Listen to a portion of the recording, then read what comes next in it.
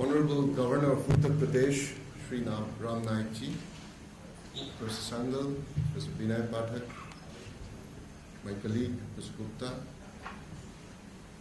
very esteemed Vice Chancellors and heads of the institutions from our own country, India, and several neighboring countries, fellow educationists, my own colleagues from this very institute, dear friends. It is indeed a very proud privilege to be able to welcome on behalf of this institute, Indian Institute of Technology, Kanpur, and my personal behalf, accord you a very, very warm welcome, and in particular to the Honorable Governor. Education is a path. Education is a way of life. And knowledge is the light. We all start the journey of learning the very day we breathe the first, and the process of learning continues till we breathe the last. In between, there is no beginning, there is no end. We collect information and data, we transform that into knowledge, and eventually very few of us, and a very few of them, transcendent in the final state of wisdom. In the technology space, we often make a mistake of dividing science, engineering, and technology. The true understanding is the following. If science is the fundamental question of know why, engineering is the approach of know how to translate the knowledge into viable solutions for the betterment of mankind. And technology is the last mile, whereby you question, know what sells and what gives you the desirable effect for the betterment of mankind. So this journey of know why to know how to know what sells in the market is a continuous process. And it's not necessarily sequential. It's actually, it forms a triad which are interrelated. Indian Institute of Technology, Kanpur, which is the fourth in the chain of the premier institutions created by forefathers of this nation, primarily to address engineering education, deeply entrenched in basic sciences, and pursue a path which would take the country to self-reliance.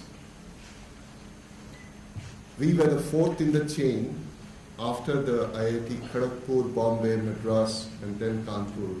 Today there are 23, a much larger family. We all originate from one single act of parliament, which is the IIT Act 1961. Since beginning, IIT Kanpur, thanks to its great heritage through the so-called Kanpur Indo-American program, whereby 9 top US universities, including University of California, Berkeley, Massachusetts Institute of Technology, Stanford University, and several other, all the top 9 universities of US at that point of time, collaborated to form this very institute. So it is because of this great influence, IIT Kanpur always had the privilege of being able to think differently and ahead. It is for this reason the two main subject domains which are so important today for the country, the computer science and material science, both these disciplines originated in this very institute, way back in 60s. But today we have come a long way. India today has over 600 universities. And these universities pursue higher knowledge with different approaches. But the fact remains, we all pursue only one goal, and that is the light of knowledge. In either of the two forms, dissemination, which is teaching, and creation, which is research. And these are completely complementary to each other. There's no division. In today's world, no institution of higher learning can exist without research.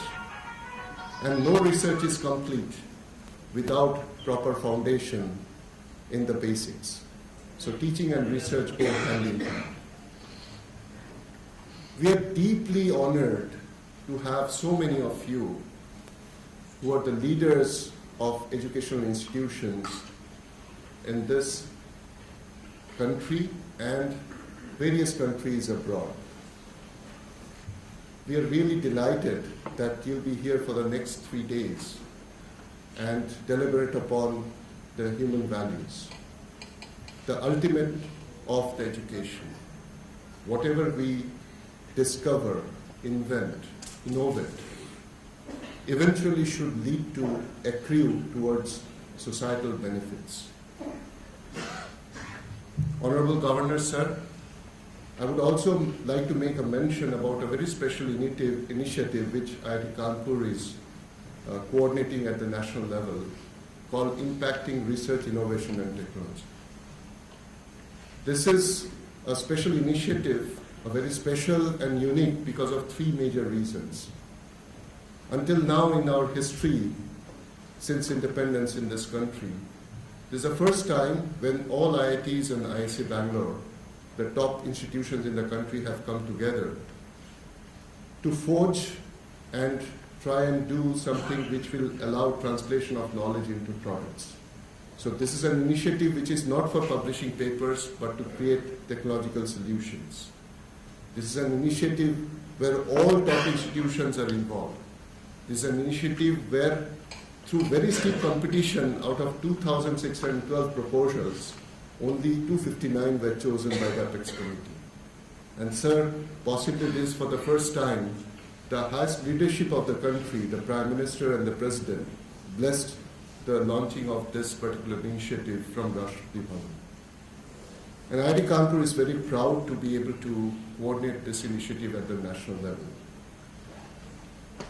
The reason why I wanted to mention about this initiative is because the country today is ready to take up all challenges that needs to be addressed in the technological space, but without losing our sight for the ultimate goal, which is the human value, the ethics, the discipline, and the most importantly, the values that combine all of us, not within one sect or one domain or one country, but the entire humanity. I would conclude saying one thing by recollecting what Gurudev Rabindranath Tagore advised Netaji Subhash Chandra Bose.